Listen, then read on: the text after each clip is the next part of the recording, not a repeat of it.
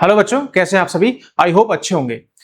अगर मैं आपको एक ग्राफ दूं तो क्या आप उस ग्राफ को देखकर उस फंक्शन के बारे में बता सकते हो और साथ ही साथ क्या उसका डोमेन या उसकी रेंज भी बता सकते हो। अगर आप ये नहीं जानते हो तो आज की वीडियो आपके काम की होने वाली है, क्योंकि हम आज की वीडियो में कोई भी फंक्शन गिवन होगा हमें तो उस फंक्शन के बारे में हम जानेंगे, उसका ग्राफ कैसे बनता है वो देखेंगे, और उसी ग्राफ से अगर हमें डोमेन फाइंड करना हो तो कैसे फाइंड करेंगे, रेंज फाइंड करनी हो तो कैसे फाइंड करेंगे। तो ये वीडियो आज आपके काम की होने वाली है। अगर आपने इससे पहली वीडियोस नहीं देखी हैं तो इस चैप्टर को और अच्छे से समझने के लिए आपको फंक्शन की एक वीडियो मैंने अपलोड की है, डोमेन एंड रेंज की एक वीडियो अपलोड की है। उन दोनों वीडियोस को आप देखें, उससे आपके बेसिक कंसेप्ट मजबूत होंगे। फिर आपको ये कुछ आपकी जो आज की क्लास है ये और अच्छे से समझ में आएगी। ठीक है, तो आज की क्लास शुरू करते हैं हम।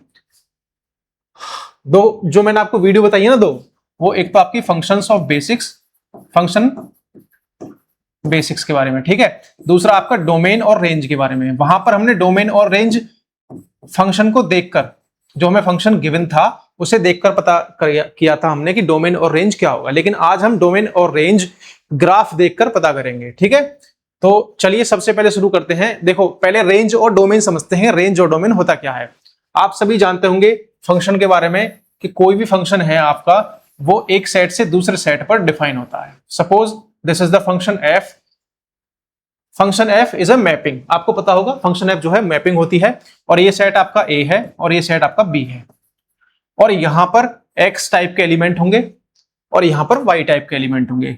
हमें यह समझना है, अगर मैंने बोला कि हमने फंक्शन को एक्स पर अप्लाई किया तो इसका मतलब यह है कि ये जो फंक्शन अगर ए से बी पर है तो हम एक्स पर अप्लाई कर रहे हैं, तो इसका मतलब इस फंक्शन को इस ए के एलिमेंट्स पर अप्लाई कर रहे हैं। तब हमें यहां पर इसकी वैल्यू y मिलेगी। कहां पर मिलेगी y? वो भी आपके दूसरे वाले सेट b में। तो यही कंसेप्ट हमें समझना है कि अगर हमें पता है ये वाला जो आपका सेट है इसे हम डोमेन बोलते हैं, पिछली क्लासेस में मैंने आपको बताया है। अगर आपको नहीं पता तो ये डोमेन है। ये वाला जो आपका सेट है कोडोमेन है। इसके अंदर, कोडोमेन के अंदर जो इन एलिमेंट्स की इमेज मिलती है उसका सेट हम रेंज बोलते हैं। तो ये अगर आप चीज जानते हो तो आपको एक ग्राफ अच्छे से समझ में आने वाला है। अब हम देखते हैं, चलो इस चीज को हम थोड़ा सा साइड में कर देते हैं। चलो इसे मिटा देता हूं मैं। अब कोई भी सेट जो आपका ए है और दूसरा सेट आपका बी है और फंक्शन यहीं से डिफाइन है आपका ए से बी पर, तो अगर हम ए के एलिमेंट पर फंक्शन अप्लाई कर रहे हैं और हमें बी मिल रहा है तो इसका मतलब ये है कि जो ए के एलिमेंट्स हैं हम उन्हें इस एक्सिस पर, एक्स एक्सिस पर रिप्रेजेंट करेंगे। एक्स एक्सिस पर यहां पर रिप्रेजेंट करते हुए चले जाएंगे, और उन एलिमेंट्स के रेस्पेक्ट में जो भी हमें इमेज मिलेंगी वो वाई एक्सिस पर मिलेंगी, ठीक है। फॉर एग्जाम्पल मैंने कहा F x equals to Y एक फंक्शन है। मैंने f1 अप्लाई किया, मतलब किसी एक एलिमेंट पर जिसका नाम है 1, उस पर फंक्शन अप्लाई किया और मुझे इसकी वैल्यू 3 मिली। तो इसका मतलब ये हुआ कि x की वैल्यू क्या है 1, तो उसे हम x एक्सिस पर देखेंगे, यहां पर 1 है, और y की वैल्यू हमें क्या मिली 3, तो वो 3 यहां होगा। तो इन दोनों का जो इंटरसेक्शन पॉइंट होगा वो ये वाला होगा, और यही पॉइंट आपका 1 3 होगा। तो इस ग्राफ पर एक पॉइंट मिल गया। हम ग्राफ बनाएंगे भी, आगे कैसे बनाएंगे वो देखते हैं। यहां पर हमें एक पॉइंट मिल गया, और ऐसे ही हम एक और वैल्यू लेंगे, फिर उसकी y की वैल्यू निकालेंगे, फिर अदर लेंगे, जितने भी हमें पॉइंट मिलते हुए चले जाएंगे उन पॉइंट्स को हम मिला देंगे, तो ये हमारा ग्राफ बन जाएगा। तो एक ग्राफ का कंसेप्ट है, और इसी से हमें ये पता चलता है कि जो एक्स एक्सिस के एलिमेंट हैं, जो यहां पर हम जिस फंक्शन को डिफाइन कर रहे हैं, मान लो हमने एक्स एक्सिस के एलिमेंट यहां से उठाए, तो इसी को हम बोलते हैं डोमेन। जो एलिमेंट एक्स एक्सिस पर रिप्रेजेंट किए जाएंगे वो डोमेन होंगे, और जो वाई एक्सिस पर रिप्रेजेंट किए जाएंगे वो आपकी रेंज होगी, ठीक है। अगर ये बात अगर आपको समझ में आ गई तो आप ग्राफ को देखकर बता सकते हैं कि उसका डोमेन और उसकी रेंज क्या है। चलिए सबसे पहले एक फंक्शन पर चलते हैं जिसका नाम है कांस्टेंट फंक्शन। कांस्टेंट फंक्शन का मतलब, कांस्टेंट का आप नाम जानते ही होंगे, कांस्टेंट मतलब कोई भी चीज फिक्स हो। अब कांस्टेंट फंक्शन का मतलब ये है, अगर एक सेट मेरे पास ए है और दूसरा सेट बी है, और फंक्शन जो है हमारा वो ए से बी पर डिफाइन है। अब मैं एक्स से, इस ए से कोई भी एलिमेंट उठाऊं, F x equals to K, हमें कोई के एलिमेंट मिल रहा है। अगर मैं मान लो f1 की वैल्यू निकालूं तब भी के आ रही है उसकी वैल्यू, F2 की वैल्यू निकालूं तब भी K आ रही है, F3 की वैल्यू फाइंड करूं तब भी K है, और F माइनस में कोई भी एलिमेंट ले लो, मान लो 4 ले लिया तो आपका तब भी K वैल्यू आ रही है। तो इसका मतलब K कुछ भी हो सकता है, कोई भी एक नंबर हो सकता है, K 2 भी हो सकता है, 3 भी हो सकता है, लेकिन रहेगा सबके लिए सेम ही।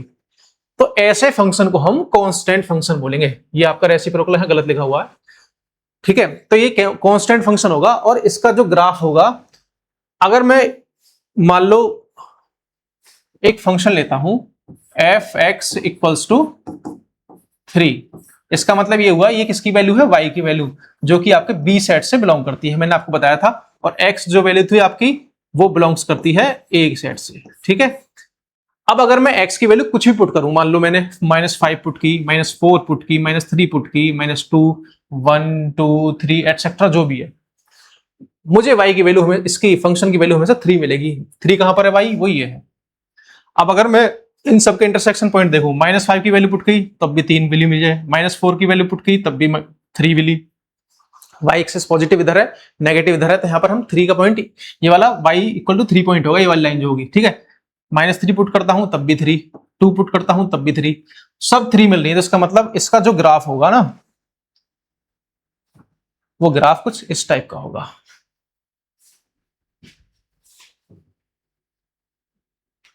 तो ये आपका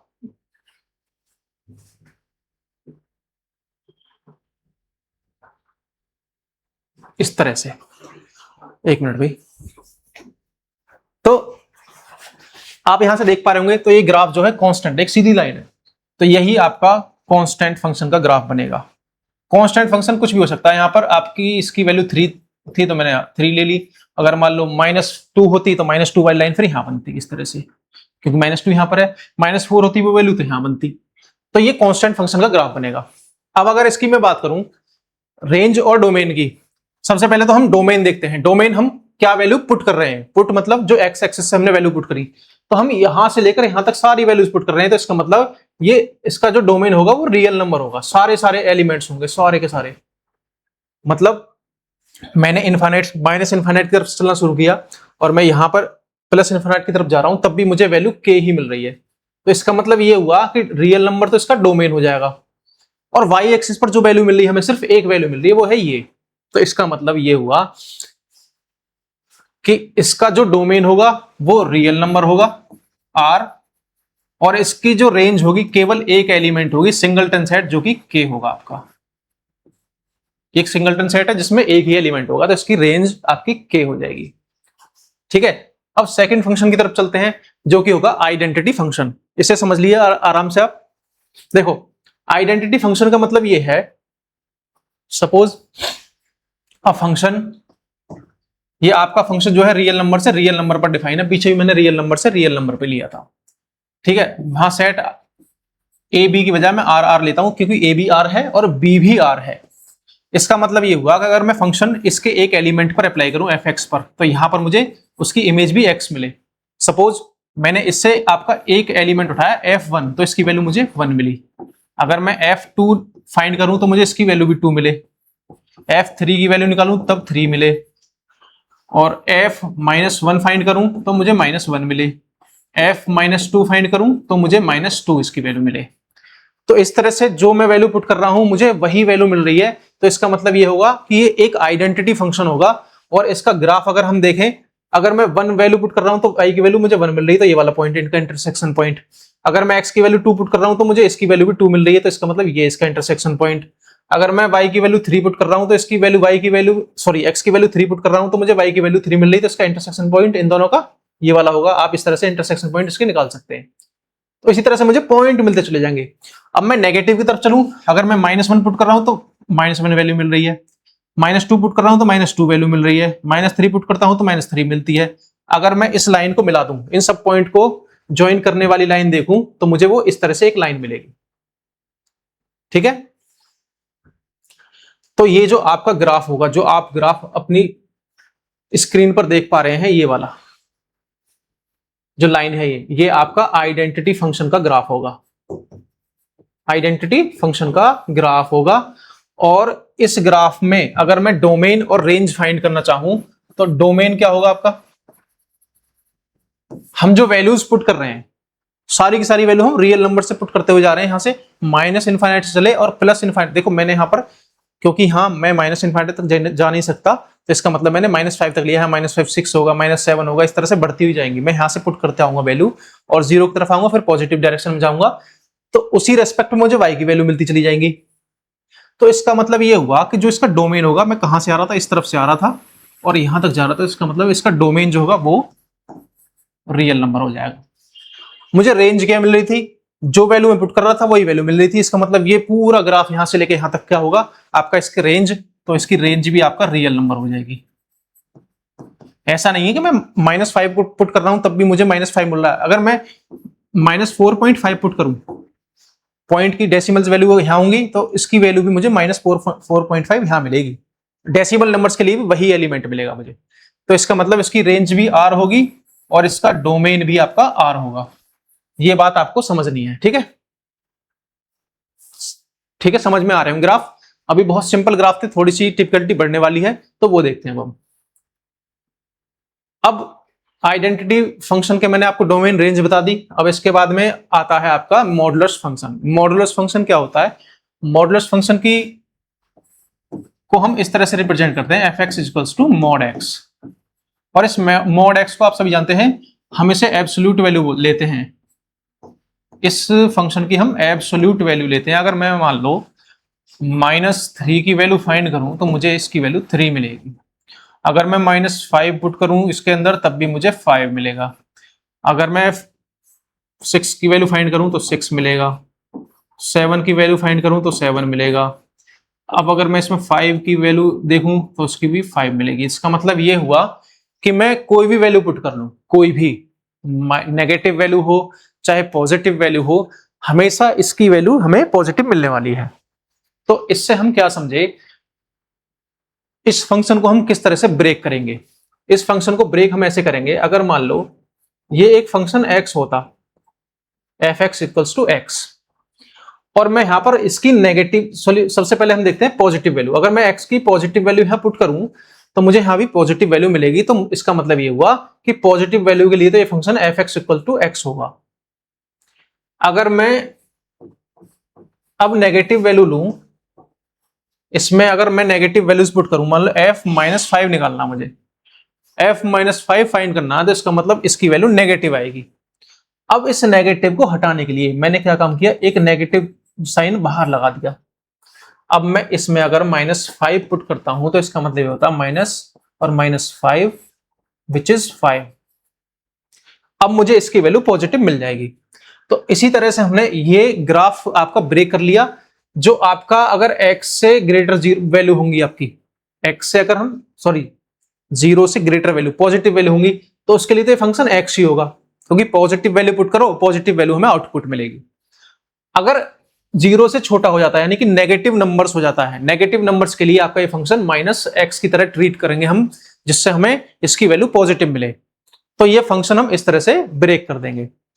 अब अगर इसका हम ग्राफ देखें, ग्राफ ध्यान से देखोगे तो आपको एक चीज अच्छे से समझ में आएगी कि अगर मैं f1 फाइंड करता हूं तो उसकी वैल्यू आपकी आती है 1, f2 फाइंड करता हूं तो उसकी वैल्यू आपकी आती है 2। कुछ आइडेंटिटी फंक्शन की तरह चल रहा है, लेकिन अंतर क्या हुआ, आइडेंटिटी फंक्शन क्या कहता था, f-2, सपोज एक एलिमेंट मैंने लिया तो उसकी वैल्यू भी -2 आती है। लेकिन यहां पर मॉडुलस फंक्शन में f-2 की वैल्यू भी 2 आ रही है, सारी की सारी पॉजिटिव वैल्यूज आ रही हैं। अब आपको पता है अगर ये आपका कोऑर्डिनेट एक्सिस है, तो कोऑर्डिनेट एक्सिस पर यहां पर x की पॉजिटिव वैल्यू, यहां पर x की नेगेटिव वैल्यूज, यहां y की नेगेटिव वैल्यूज और यहां y की पॉजिटिव वैल्यूज। हम x की वैल्यूज कैसे पुट कर रहे हैं, नेगेटिव से चल रहे हैं, मतलब हम यहां से चल रहे हैं -इनफाइनाइट से, जैसे मान लो -7, -6, -4 अप टू +इनफाइनाइट, इस तरफ जा रहे हैं। हम x की वैल्यूज पुट करते हुए जा रहे हैं, लेकिन हमें y की वैल्यू पॉजिटिव मिल रही है। y की वैल्यू पॉजिटिव मिलने का मतलब ये है कि जो आपका ग्राफ होगा वो नेगेटिव डायरेक्शन में बनेगा ही नहीं। नेगेटिव डायरेक्शन में क्यों नहीं बनेगा, क्योंकि हमें y की वैल्यू सारी की सारी ये वाली हो, ये वाली हो, चाहे ये वाली हो, चाहे मैं पॉजिटिव वैल्यूज पुट कर लूं, चाहे मैं नेगेटिव वैल्यूज पुट कर लूं, मुझे हमेशा उसकी वैल्यू पॉजिटिव ही मिलने वाली है। तो इसका मतलब ये हुआ कि y का जो ग्राफ होगा वो नेगेटिव डायरेक्शन में बनेगा ही नहीं। तो हम क्या देखते हैं कि अगर मैं x की वैल्यू 1 पुट कर रहा हूं तो y की वैल्यू तो मुझे 1 मिल रही है, और 0 पर 0 है ये, यहां पर हम डिफाइन करेंगे तो यहां पर थोड़ा सा हम मिस कर चुके हैं। अगर x इक्वल्स टू 0 है तो इसकी वैल्यू भी 0 होगी। ओके, चलो अब मैं अगर x की वैल्यू 1 पुट कर रहा हूं तो मुझे y की वैल्यू 1 मिल रही है, तो इनका इंटरसेक्शन पॉइंट ये आ गया। 2 के लिए 2 मिल रही है, 3 के लिए 3 मिल रही है, 4 के लिए 4 मिल रही है, 5 के लिए 5 मिल रही है। इस तरह से हम बढ़ते हुए जा रहे हैं। लेकिन जैसे ही मैं नेगेटिव वैल्यूज पुट करता हूं, x की नेगेटिव वैल्यू कौन सी है, ये -1 पुट किया मैंने तो y की वैल्यू पॉजिटिव मिली। -1 पर 1 तो इसका मतलब ये वाला पॉइंट, -2 पर 2 तो ये वाला पॉइंट, -3 पर 3 ये वाला पॉइंट, -4 पर 4 तो ये वाला पॉइंट। ग्राफ कैसे बनेगा, तो ये ग्राफ इस तरह से आएगा आपका। चलो लाइन ही ले लेते हैं, ये इन पॉइंट्स को मिलाता हुआ, ये थोड़े इधर उधर पॉइंट हो गए क्योंकि मैंने हाथ से बनाया, और एक लाइन आपकी इन ग्राफ इस ग्राफ को मिलाती हुई। तो ये आपका ग्राफ बना मॉडुलस फंक्शन का। इधर से आएगा -∞ से +∞ की तरफ जाएगा। अब अगर आप इस ग्राफ को देखोगे तो इस ग्राफ से आप एक चीज समझ पा रहे होगे कि आपकी जो डोमेन और रेंज हमें फाइंड करनी हो, यहां पर सपोज हमें फाइंड करना है इसका डोमेन और रेंज। और मैंने आपको इस वीडियो की स्टार्टिंग में ही एक चीज बताई थी कि डोमेन जो होता है एक्स एक्सिस के सारे एलिमेंट्स जिन जिन के लिए फंक्शन डिफाइन है, और वाई एक्सिस जो हमें इमेज मिल रही है, जो हमें इमेजेस मिल रही है वो वाई एक्सिस पर मिलेंगी, और जो डोमेन है वो एक्स एक्सिस के एलिमेंट्स होंगे सारे।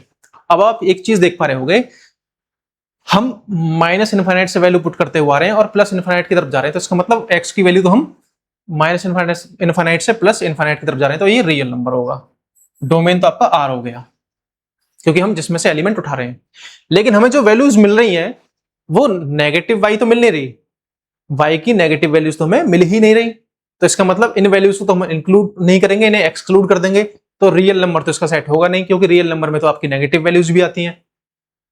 इसका जो डोमेन होगा वो 0 से होगा, 0 से स्टार्ट है, देखो 0 से स्टार्ट है और ऊपर की तरफ जा रहा है इनफाइनाइट तक, तो इसका जो डोमेन होगा वो 0 से इनफाइनाइट होगा। और मैंने आपको एक इंटरवल के बारे में बताया था कि जहां पर मैं ये ब्रैकेट लगा दूं बड़ा वाला, तो ये आपका क्लोज इंटरवल होता है, इसका मतलब ये दोनों पॉइंट्स इसमें इंक्लूड हैं। और अगर मैं छोटे वाले ब्रैकेट स्मॉल ब्रैकेट लगाऊं तो ये दोनों आपके एलिमेंट्स इसमें इंक्लूड नहीं है, लेकिन मैंने रेंज में 0 को इंक्लूड किया है। इसका मतलब क्या है कि 0 भी यहां पर है, 0 से ही स्टार्ट है और इनफाइनाइट तक जा रहे हैं। इनफाइनाइट कोई एक वैल्यू नहीं होती, इनफाइनाइट की तरफ टेंड कर रहा है, तो इसका मतलब इसे हम ओपन इंटरवल की तरफ रखेंगे, तो इसकी रेंज 0 टू इनफाइनाइट हो जाएगी, डोमेन इसका R हो जाएगा। मॉडुलस फंक्शन के बारे में आई होप समझ में आया होगा, ठीक है। अगर आपको ऐसा ग्राफ दिखे कहीं भी तो इसका मतलब ये क्या हुआ, मॉडुलस फंक्शन का ग्राफ है।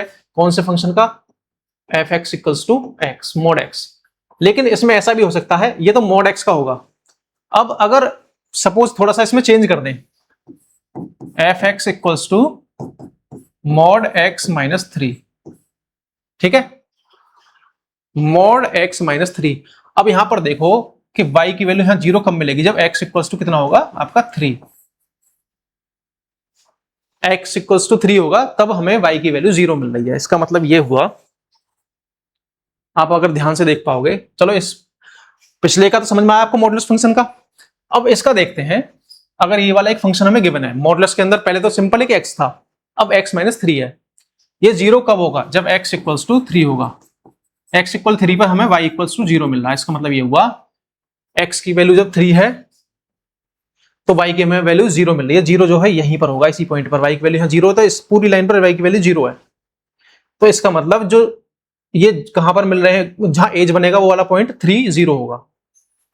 अब इस ग्राफ को अगर आपको डिफाइन करना तो ये ग्राफ इस तरह से चला जाएगा, ये ग्राफ 3 पर शिफ्ट हो जाएगा। अगर मैं इसे यहां पर फंक्शन में प्लस कर दूं, प्लस का मतलब ये हुआ कि x की किस वैल्यू के लिए 0 होगा, x की अगर -3 वैल्यू पुट करें, -3 + 3 विच इज 0, तो -3 कहां पर है, ये वाला पॉइंट, तो आपका अब की बार ग्राफ जो है वो इस तरह से यहां पर शिफ्ट हो जाएगा, ये मॉडुलस फंक्शन वाला। तो अब आप किसी भी ग्राफ को देखकर, किसी भी मॉडुलस फंक्शन को देखकर उसका ग्राफ आप बता सकते हैं। सपोज f(x = आपका mod x - 5 है, तो ये वैल्यू 0 कब होगी? 5 पर, x इक्वल्स टू 5 पर। तो इसका मतलब ये जो ग्राफ होगा आपका, ये इस तरह से, एक मिनट, 5 पर शिफ्ट हो जाएगा, फिर इस तरह से चला जाएगा। तो हम किसी भी मॉडुलस फंक्शन को देखकर उसका ग्राफ अब बता सकते हैं। आई होप ये आपको समझ में आया होगा। रेंज मैंने आपको बताई थी, ग्राफ ऑफ मॉडुलस फंक्शन ये होगा, ठीक है। अब बात आती है ग्रेटेस्ट इंटीजर फंक्शन यानी फ्लोर फंक्शन।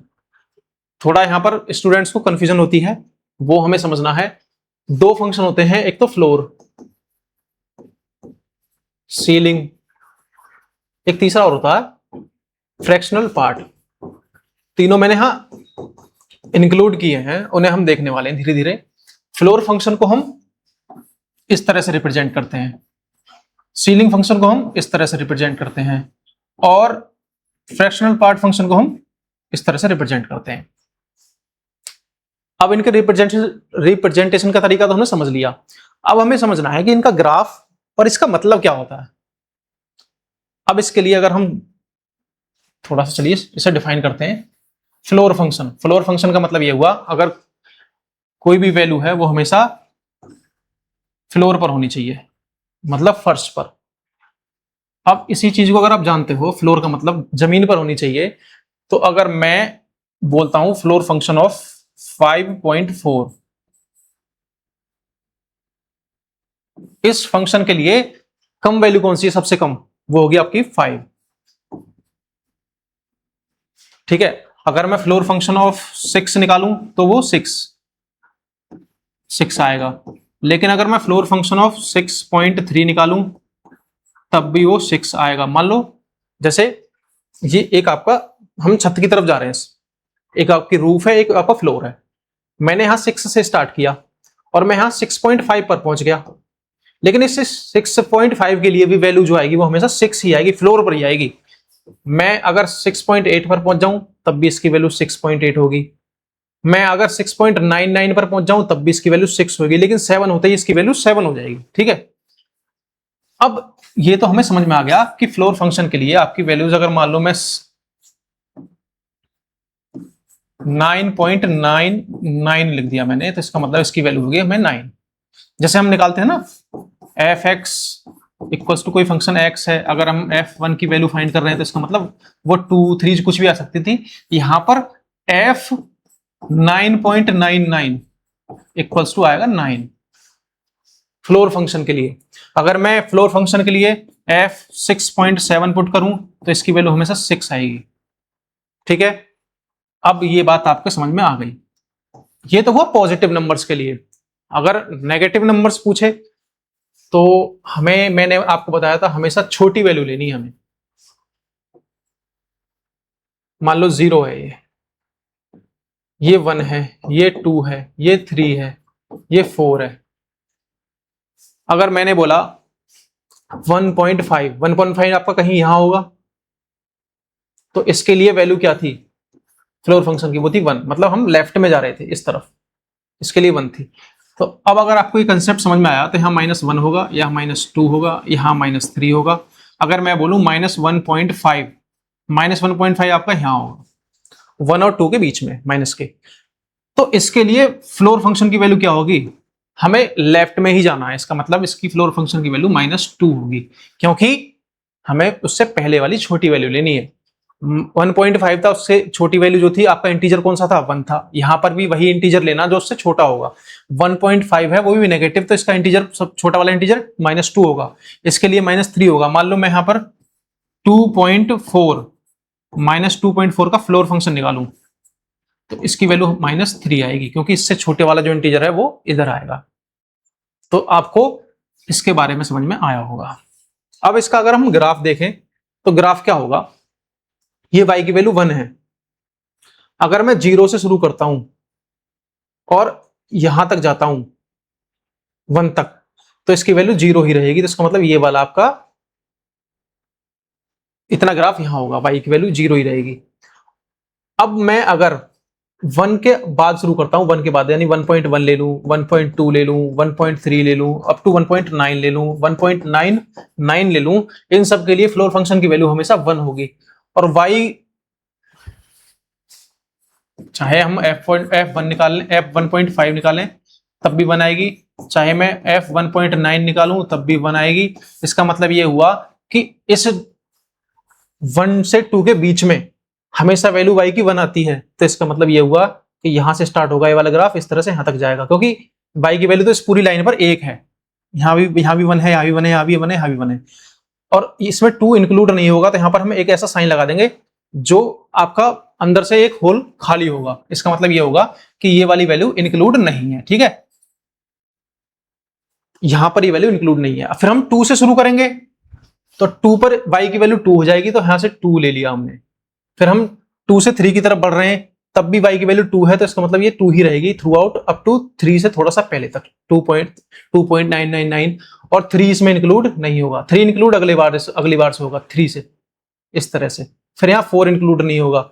इसी तरह से अगला फंक्शन जब f5 की वैल्यू निकालेंगे तो 5 आएगी, और आपका यहां से स्टार्ट होगा, और 5 लास्ट में इंक्लूड नहीं, 6 इंक्लूड नहीं होगा, और फिर वो जाकर आपका 6 के बारे में 6 के टाइम पे इंक्लूड होगा। इसी तरह से आपका यहां से स्टार्ट होगा, यहां इंक्लूड नहीं होगा, -1 से शुरू होगा तो ये इंक्लूड नहीं होगा, -2 से शुरू होगा तो -3 इंक्लूड नहीं होगा, -3 से शुरू होगा -4 इंक्लूड नहीं होगा, -4 से शुरू होगा तो -5 इंक्लूड नहीं होगा। तो ये जो ग्राफ है आपका किसका बना, आपका ग्रेटेस्ट इंटीजर फंक्शन का, ग्रेटेस्ट इंटीजर फंक्शन। अब आप यहां से डोमेन और रेंज निकालना चाहें तो डोमेन और रेंज कैसे फाइंड करोगे? देखो, डोमेन वो वाली वैल्यूज जो हम फंक्शन में उठाकर पुट कर रहे हैं, इनपुट जो दे रहे हैं। इनपुट हम क्या दे रहे हैं? इनपुट हम सारे नंबर दे रहे हैं, चाहे -5 हो, इसके बीच के कोई भी नंबर हो, सब इनपुट दे रहे हैं हम, ये वाले इनपुट। तो इसका मतलब जो इसका डोमेन होगा वो आपका रियल नंबर हो जाएगा, क्योंकि हम सारी वैल्यूज रियल नंबर से उठाकर रख रहे हैं। अगर इसकी रेंज की बात करें तो रेंज हमें क्या मिल रही है? देखो, इस पूरे फंक्शन यहां तक की वैल्यू के लिए हमें 1 मिली, यहां से यहां तक की वैल्यू के लिए 2 मिली, हमें यहां से यहां तक की वैल्यू के लिए 3 मिली, लेकिन हमें इसके बीच की कोई भी वैल्यू नहीं मिल रही y की। ये y की वैल्यू इस तरह से बढ़ती है भाई ऊपर की तरफ, हमें y की ये वैल्यू नहीं मिल रही, हमें y की ये वाली वैल्यू नहीं मिल रही, हमें इस y की ये वाली वैल्यू नहीं मिल रही, यहां से यहां तक की कोई वैल्यू नहीं मिल रही। सिर्फ इंटीजर्स मिल रहे हैं, 1 मिल रहा है, 2 मिल रहा है, 3 मिल रहा है, 4 मिल रहा है, 5 मिल रहा है। नेगेटिव में भी इंटीजर्स -1 मिल रहे हैं, -2 मिल रहा है, -3 मिल रहा है, -4 मिल रहा है, क्योंकि ये पूरी लाइन -2 की है। तो इसका मतलब इसकी जो रेंज होगी वो आपकी जेड यानी इंटीजर्स हो जाएगी, सारे इंटीजर्स इसकी रेंज होंगे। रियल नंबर नहीं होगा, क्योंकि यहां पर बीच के ये वाले एलिमेंट डेसिमल पॉइंट्स 1 और 2 के बीच के यहाँ डेसिमल पॉइंट्स है, ये वाले पॉइंट्स इंक्लूड नहीं है। 2 और 3 के बीच के डेसिमल पॉइंट्स यहां पर ये इंक्लूड नहीं है। तो इस वजह से इसकी जो रेंज होगी वो जेड होगी, सेट ऑफ इंटीजर्स, यानी आपका इंटीजर पूरा आपका रेंज हो जाएगा। डोमेन आर तो रेंज जेड। नेक्स्ट फंक्शन है हाँ, ग्रेटेस्ट इंटीजर फंक्शन की प्रॉपर्टी मैंने आपको बता दी। प्रॉपर्टी क्या है, हम किस तरह से वैल्यू फाइंड करते हैं। जैसे मैंने आपको बताया था, ग्रेटेस्ट इंटीजर फंक्शन में 5.4 की वैल्यू क्या होगी? 5। अगर मैं -5.4 की वैल्यू निकालूं तो वो आएगी -6। अगर हम रियल नंबर लाइन से देखें तो -5 यहाँ, -6 यहाँ, तो छोटी वाली वैल्यू कौन सी होगी? -5.4 यहाँ है, तो इसका मतलब ये छोटी वाली वैल्यू है, तो इसकी वैल्यू 6 आएगी। ठीक है, इस तरह से हम निकाल सकते हैं। आई होप आपको ग्रेटेस्ट इंटीजर फंक्शन समझ में आया होगा। अब बात आती है स्मॉलेस्ट इंटीजर फंक्शन। इसमें सिर्फ इतना अंतर है, सीलिंग फंक्शन है ये। तो अगर हम 5.4 की वैल्यू निकालेंगे तो अब हम लोएस्ट की तरफ ना जाके ग्रेटेस्ट की तरफ जाएंगे, तो वो आपका 6 हो जाएगा। अगर मैं माइनस की बात नहीं करते, पहले प्लस की करते हैं, 6.7 की वैल्यू निकालूं, ये ग्रेटेस्ट इंटीजर फंक्शन नहीं है, स्मॉलेस्ट है। उल्टा होता है, वहां पर ग्रेटेस्ट है तो वैल्यू हम छोटी वाली ले रहे थे, यहां पर स्मॉलेस्ट है तो इसकी वैल्यू हम बड़ी वाली लेंगे। ये सीलिंग फंक्शन है, तो इसका मतलब इसकी वैल्यू 7 होगी। अगर मैं -6.7 की वैल्यू फाइंड करूं,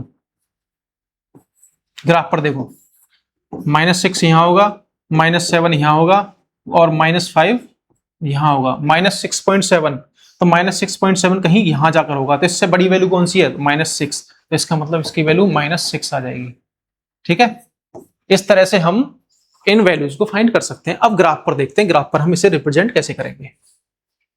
देखो, हमने जीरो से शुरू किया, हम जीरो से शुरू करते हैं और जैसे ही हम आगे बढ़ते हुए चले जाएंगे तो इसका मतलब इसके लिए हर एक वैल्यू 1 मिलेगी। अगर मैंने 0.5 लिया तो इसके लिए मैंने क्या बताया था आपका, बड़ा वाला, बड़ी वाली वैल्यू, बड़ा इंटीजर्स।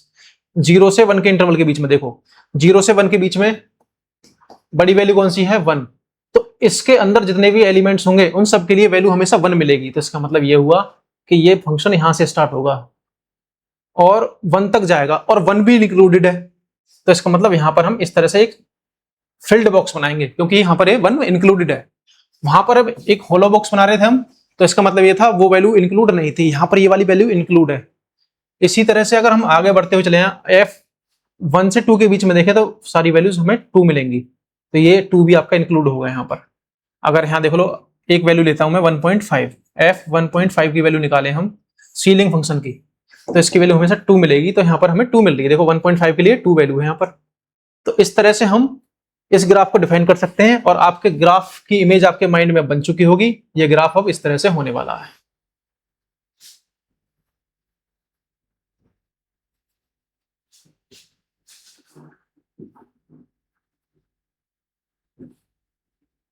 नहीं नहीं नहीं, नहीं।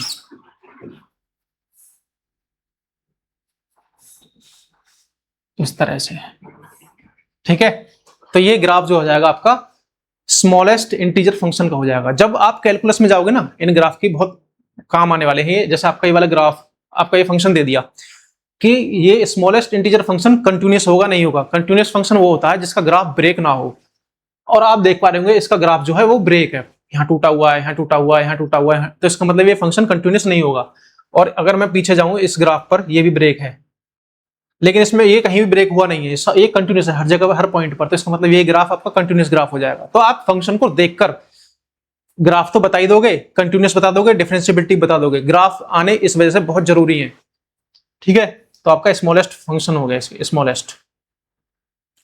Smallest integer function. इसके लिए भी वही वाली बात है, डोमेन इसका आर होगा क्योंकि हम सारी वैल्यूज उठाकर पुट कर रहे हैं। और रेंज जो होगी वो आपकी वो भी इंटीजर हो जाएगी क्योंकि जो हमें वैल्यू मिल रही है वो सिर्फ इंटीजर्स मिल रही है, -1, -2, -3, 2, 1, 2, 3, 4 अप टू इनफाइनाइट। तो आपका इसका डोमेन, आपका रेंज दोनों आपकी अलग अलग होंगी। डोमेन आपका रियल नंबर होगा, रेंज आपकी सेट ऑफ ऑल इंटीजर्स होगा, चाहे वो नेगेटिव हो चाहे वो पॉजिटिव हो। ओके, नेक्स्ट, ठीक है। अब है fractional part function. Fractional part function का मतलब ये है कि अगर हम इसे रिप्रेजेंट करते हैं, मिडिल ब्रैकेट है ये वाला इससे, और इसका मतलब ये है कि अगर मैं f 1.5 की वैल्यू फाइंड करूं तो उसकी वैल्यू 0.5 आएगी। इसका मतलब ये हुआ कि हम इंटीजर को छोड़ देंगे। इंटीजर मतलब जो आपका एक पूरा नंबर है 1, ये फ्रैक्शनल पार्ट लेना है हमें। 1.5 में 0.5 जो फ्रैक्शनल पार्ट होगा, इसका मतलब ये हुआ कि अगर मैं 1.5 देखूं तो ये इस तरह से मैं लिख सकता हूं ना, 1.5 माइनस 1, मैं इस तरह से लिख सकता हूं इसे। तो इसका मतलब हम इसमें से इंटीजर को हटा रहे हैं, यानी ग्रेटेस्ट इंटीजर फंक्शन को हटा रहे हैं। इसके लिए ग्रेटेस्ट इंटीजर फंक्शन क्या होगा, मैंने बताया था ना 1.5 के लिए क्या होता है, वो 1 होगा। इसके लिए सीलिंग फंक्शन क्या होगा, बड़ी वाली वैल्यू वो 2 होगा। तो हम इसमें से क्या हटा रहे हैं, आपके इस x में से, x क्या है आपका 1.5, x में से हम ग्रेटेस्ट इंटीजर फंक्शन हटा दें तो वो आपका फ्रैक्शनल पार्ट फंक्शन बन जाएगा। x की वैल्यू 1.5 है, इसमें से हमने ग्रेटेस्ट इंटीजर फंक्शन, इसका ग्रेटेस्ट इंटीजर फंक्शन कितना था 1, हमने वो हटा दिया तो हमें फ्रैक्शनल पार्ट हमें मिल जाएगा। अब इसका ग्राफ देखोगे, अब आप इसका ग्राफ देखोगे तो अगर मान लो 1.5 वैल्यू है इसकी, तो हमें फंक्शन में पुट करने पर इसकी वैल्यू हमें 0.5 मिल रही है। अगर मैं फंक्शन में 1.7 पुट करूं तो हमें 0.7 वैल्यू मिल रही है। फिर मैं अगर 2.5 की तरफ जाऊं तो इसका फ्रैक्शनल पार्ट कितना है 0.5, तो इसके लिए मुझे 0.5 मिल रही है। यहां भी 0.5 है, यहां भी 0.5 है। इसका मतलब ये हुआ कि अगर मैं 3.5 कर लूं, चाहे मैं 4.5 कर लूं, सबके लिए मुझे इसकी वैल्यू 0.5 मिलने वाली है। इसका मतलब ये हुआ कि मैं अगर 0 से 1 के बीच में कहीं भी चला जाऊं, 0 से 1 के लिए अगर x की वैल्यू मैं 0 से 1 के इस रेशो में पुट कर रहा हूं, 0 से 1 के बीच में, अगर मान लो यहाँ पर 0.3 है तो इसकी वैल्यू मुझे 0.3 मिलेगी, y की वैल्यू 0.3 समथिंग यहाँ होगी। 0.9 पुट करूँ तो 0.9 मिलेगी, और 0.001 पुट करूंगा तो यहाँ मिलेगी। इसका मतलब ये हुआ कि इसका ग्राफ 1 तक तो इस तरह से जाएगा, ठीक है। फिर अगर मैं 1 से आगे 2 से स्टार्ट करता हूं तो फिर ये वैल्यू यहां से फिर स्टार्ट हो जाएंगी। मैं 1.1 पुट करूंगा तो इसकी वैल्यू आएगी 0.1, तो 0.1 कहां होगा, फिर यहां होगा। फिर इस तरह से यहां तक जाएगा, फिर यहां तक जाएगा, ठीक है, फिर यहां तक जाएगा, फिर यहां तक जाएगा। समझ में आया? तो अगर मैं f1 फाइंड करूं तो वो 1 आएगा, इसमें फ्रैक्शनल पार्ट कोई है ही नहीं।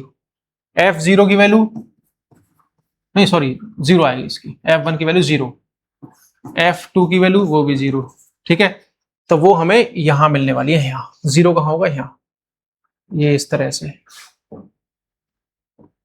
तो हमें ये ग्राफ इस तरह से मिलने वाला है। समझ में आया? ऐसी नेगेटिव के लिए।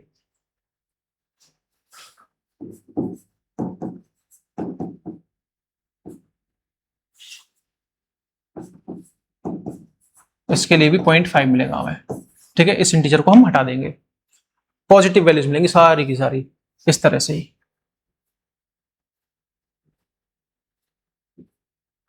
ओके, तो ये ग्राफ आपका फ्रैक्शनल पार्ट फंक्शन का हो गया। अगर हम इसके रेंज की और डोमेन की बात करें तो आप जैसा देख पा रहे होंगे रेंज क्या है और डोमेन क्या है। सबसे पहले हम डोमेन देखते हैं, 1 मिनट में। डोमेन, हम x की कौन कौन सी वैल्यूज पुट कर रहे थे, सारी वैल्यू पुट कर रहे थे यहां से लेकर यहां तक, तो इसका मतलब डोमेन आपका रियल नंबर हो जाएगा। हमें वैल्यू मिल कौन सी रही थी, इस 0 से 1 के बीच में, 0 से 1 के बीच में y की वैल्यू देखो, y यहां 0 है थ्रू आउट इस लाइन पर, y यहां पर पूरा 1 है इस थ्रू आउट इस लाइन पर, यहां पर भी 1 है y, यहां पर भी y 0 है। तो हमें सारी वैल्यू 0 से 1, 0 से 1, 0 से 1, 0 से 1, 0 से 1, 0 से 1 के बीच में मिल रही है, चाहे पॉजिटिव हो चाहे वो नेगेटिव हो, इस तरह से। तो इसका डोमेन जो हो जाएगा वो आपका 0 से 1 हो जाएगा। और मैंने इस 1 को इंक्लूड क्यों नहीं किया, क्योंकि अगर मैं f1 की वैल्यू फाइंड करता हूं तो इसमें अगर मैं 1 को 1.0 लिख सकता हूं तो इसका फ्रैक्शनल पार्ट क्या होगा, 0 होगा। इस वजह से 1 कभी भी इंक्लूड नहीं होगा, इस वजह से आपने यहां 1 को एक्सक्लूड कर दिया है। तो ये इसकी रेंज हो जाएगी, ठीक है। टाइम क्या हो गया, ठीक है। नेक्स्ट, अब बात आती है सिग्नम फंक्शन की। अभी आपने मॉडुलस फंक्शन पढ़ा था, मॉडुलस फंक्शन में हमने पढ़ा था मॉडुलस फंक्शन को हम इस तरह से ब्रेक कर सकते हैं, -x और x। अगर x लेस देन 0 है तो आपका -x होगा, अगर x ग्रेटर देन 0 है तो आपका x, इसकी वैल्यू x होगी। अब इसी चीज को हम यहां पर अप्लाई करते हैं। अगर x हमारा 0 से बड़ा है, x 0 से बड़ा है तो मॉड x की वैल्यू क्या होगी, x 0 से बड़ा है, ग्रेटर है तो इसका मतलब इसकी वैल्यू x होगी, तो ये x अपॉन x हो जाएगा और इसकी वैल्यू हमेशा 1 मिलेगी। तो वही है, अगर x 0 से छोटा है, 0 से छोटा होने का मतलब इसकी वैल्यू -x होगी, मॉड x की वैल्यू, मॉड x की वैल्यू -x होगी, तो इसका मतलब इसमें हम पुट करेंगे तो -x अपॉन x। फंक्शन दिख रहा है, क्या दिख रहा है, अच्छा दिख नहीं रहा, छोटा है। fx जो है आपका सिग्नम फंक्शन हम इसे बोलते हैं, मॉड x अपॉन x को, चाहे या फिर ये x अपॉन मॉड x भी हो सकता है, वैल्यू दोनों से सेम ही आएगी, ठीक है। ये दोनों सिग्नम फंक्शन है। और अगर मैं x से x को 0 से छोटा ले रहा हूं तो इसका मतलब ये हुआ कि इसकी वैल्यू 0 से छोटे होने पर -x होगी, मॉड x की वैल्यू, मॉड x जो होगा वो आपका -x होगा। तो मैंने -x यहां पर मॉड x के प्लेस पर पुट कर दिया तो इसकी वैल्यू -1 मिलेगी। तो इसका मतलब ये हुआ, इस फंक्शन को अगर हम डिफाइन करेंगे, अरे ये तो पूरा ही साफ हो गया। अगर इस फंक्शन को हम डिफाइन करेंगे तो इसका मतलब ये हुआ कि अगर x की वैल्यू 0 से बड़ी है, x की सारी वैल्यू 0 से बड़ी है, उसके लिए हमेशा y की वैल्यू 1 मिलेगी। अगर x की वैल्यू 0 से छोटी है तो उसके लिए हमेशा -1 मिलेगा और x इक्वल 0 पर 0 होगा। अब इसे ग्राफ पर देखते हैं, ग्राफ पर देखो 0 पर 0 यहां छोड़ दो इसे, x की वैल्यू ग्रेटर 0 कहां पर है, सारी की सारी यहां 0 से बड़ी है, ये वाली देखो 0 से बड़ी के लिए 1 होगा, इसका मतलब ये हुआ जीरो से जितनी भी बड़ी वैल्यू है एक्स की, उन सब के लिए वाई की वैल्यू 1 होगी। वाई की वैल्यू 1 किस लाइन पर है? इस लाइन पर, पूरी इस लाइन पर, यहां पर। और जीरो से छोटा होने पर इसकी वैल्यू -1 है। जीरो से छोटा होने पर -1 है इसकी वैल्यू, तो इसका मतलब इट मीन्स -1 लाइन ये वाली है। अरे कहां पहुंच गए? -1 लाइन ये वाली है। तो हमें ये ग्राफ मिला। अब इस ग्राफ से हमें क्या सीखने को मिलता है? इस ग्राफ से हमें ये सीखने को मिलता है कि अगर मैं डोमेन की बात करूं तो डोमेन आपका क्या होगा? -∞ से +∞ तक जो हम एक्स की वैल्यूज पुट कर रहे हैं। तो इसका मतलब डोमेन आपका रियल नंबर, -∞ से +∞। रेंज क्या होगी? रेंज हमें 3 पॉइंट मिल रहे हैं बस। एक तो 0 है, एक ये वाली लाइन 1 है, क्योंकि अगर 1 के लिए भी 1 है, 2 के लिए भी 1 है, 3 के लिए भी 1 है, 4 के लिए भी 1 है, 5 के लिए भी 1 है, -1 के लिए -1 है, -2 के लिए भी -1 है, -3 के लिए -1 है, -4 के लिए -1 है। तो हमें 3 ही पॉइंट मिल रहे हैं। कौन कौन से? एक -1, एक 0 और एक 1। तो यही आपकी क्या हो जाएगी? रेंज। ये रेंज हो गई, क्योंकि 3 ही एलिमेंट मिल रहे हैं हम किसी भी वैल्यू के लिए, एक्स की किसी भी वैल्यू के लिए हमें यही 3 पॉइंट मिल रहे हैं। तो इसका मतलब रेंज क्या हो जाएगी आपकी? -1, 0 एंड 1। ठीक है, आई होप ये वाला ग्राफ आपको समझ में आया होगा। जहां आपने मॉडुलस फंक्शन समझ लिया तो आपको सिग्नम फंक्शन आसानी समझ में आ जाएगा। बाकी आगे चलते हैं। अब बात आती है एक्सपोनेंशियल फंक्शन। एक्सपोनेंशियल फंक्शन जो होता है, अगर मैं एक फंक्शन ऐसा लेता हूं f(x = a⁴x), ये आपका एक्सपोनेंशियल फंक्शन है जिसका हम एक्सपेंशन करते हैं। यहां पर a जो है 0 से बड़ा होना चाहिए और a की वैल्यू 1 नहीं होनी चाहिए। a की वैल्यू 1 नहीं होनी चाहिए। कैसे? अब वो देखते हैं। देखो, अगर a की वैल्यू 1 हो जाए, सपोज यहां पर a की वैल्यू 1 हो जाए, मैंने कोई f100 फाइंड करना है, ठीक है। 1 की पावर मैं 100 करूं तब भी 1 आएगा। 1 की पावर अगर मैं 2 करूं तब भी आपका 1 आएगा। 1 की पावर मैं 1000 कर दूं तब भी आपका 1 ही आएगा। ये बेसिक कंसेप्ट आप जानते होंगे। और अगर मैं यहां पर एक चीज देखूं,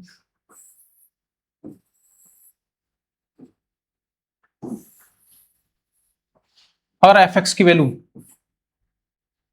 1000 है, f(x) की वैल्यू 1000 है, तो मैं यहां पर 1000 पुट करूंगा और इसीलिए हम लिखेंगे 1 की पावर कुछ भी ले लो, 1000 ले लो।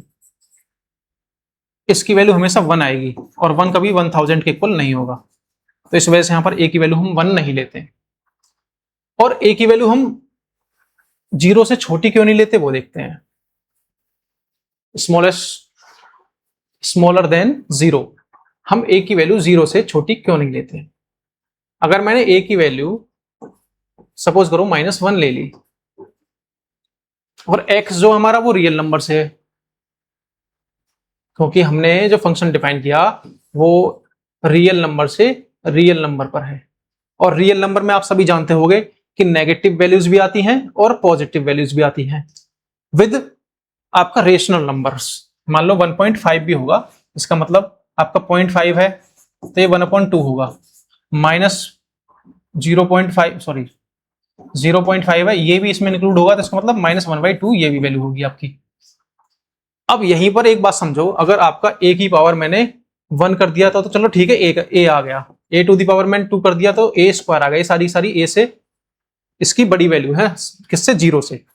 अगर मैं नेगेटिव वैल्यूज लूं, a की पावर -1 किया मैंने, इसका मतलब ये होगा a/1/a, क्योंकि इसकी जो -1 की पावर है नीचे आकर पॉजिटिव हो गई।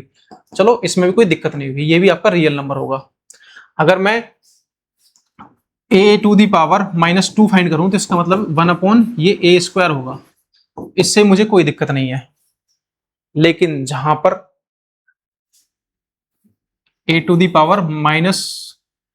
-1/2 हो गया, अगर a⁴ -1/2 है जो कि रियल नंबर से लिया गया, x की वैल्यू कहां से ले रहे हैं हम? रियल नंबर से। तो 1/a⁴ 1/2 विच इज 1/2 रूट ए। ठीक है, अब ए की वैल्यू हम नेगेटिव लेकर चल रहे हैं। अब ए की वैल्यू अगर मैं नेगेटिव पुट करूं, कोई भी नेगेटिव वैल्यू पुट कर लो -4, तो क्या ये पॉसिबल है रियल नंबर के लिए? तो क्या ये रियल नंबर के लिए पॉसिबल है? इसकी वैल्यू एक कॉम्प्लेक्स नंबर आएगी जो कि हम यहां पर रियल नंबर पर डिफाइन नहीं कर पाएंगे उसे। तो इस वजह से हम जो ए की वैल्यू 0 से छोटी है उन्हें छोड़ देते हैं। हमने जब ए की वैल्यू 0 से छोटी वो छोड़ दी। अब हमें एक चीज देखनी है, आपको एक चीज पता होगा, अगर हम किसी भी नंबर की, अगर हम 0 से बड़े की बात कर रहे हैं, a² करो, a³ करो, a4 करो, ये सब 0 से बड़ी हैं, तो ये जो इनकी वैल्यूज है वो बढ़ती हुई जाएंगी। मान लो 2 की पावर 2 4, 2 की पावर 3 8, 2 की पावर 4 16, बढ़ती हुई इंक्रीजिंग ऑर्डर में होंगी। और अगर मैं a to the power infinite करता हूं तो ये इनफाइनाइट की तरफ टेंड करेगा, यानी कि ये वैल्यू जो है इनफाइनाइट की तरफ जाएगी।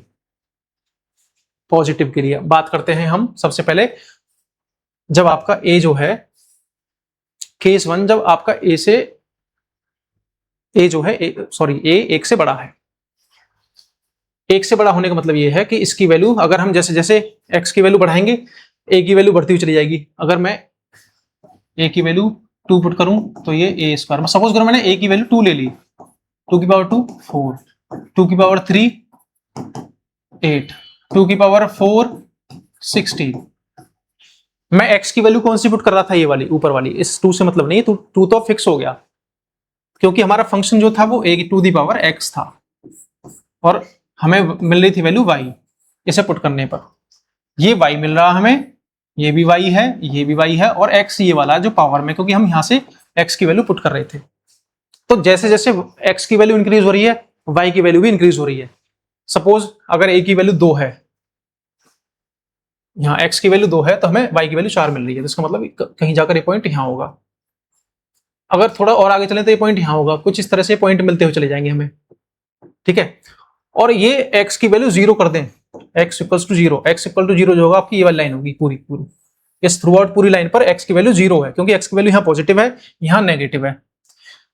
अगर x की वैल्यू 0 हो जाती है किसी की भी पावर 0 विच इज 1, तो इसका मतलब y की वैल्यू 1, तो यहाँ पर 0 1 पॉइंट यहाँ मिलेगा, और ये इस तरह से बढ़ते हुए पॉइंट हमें मिल रहे हैं।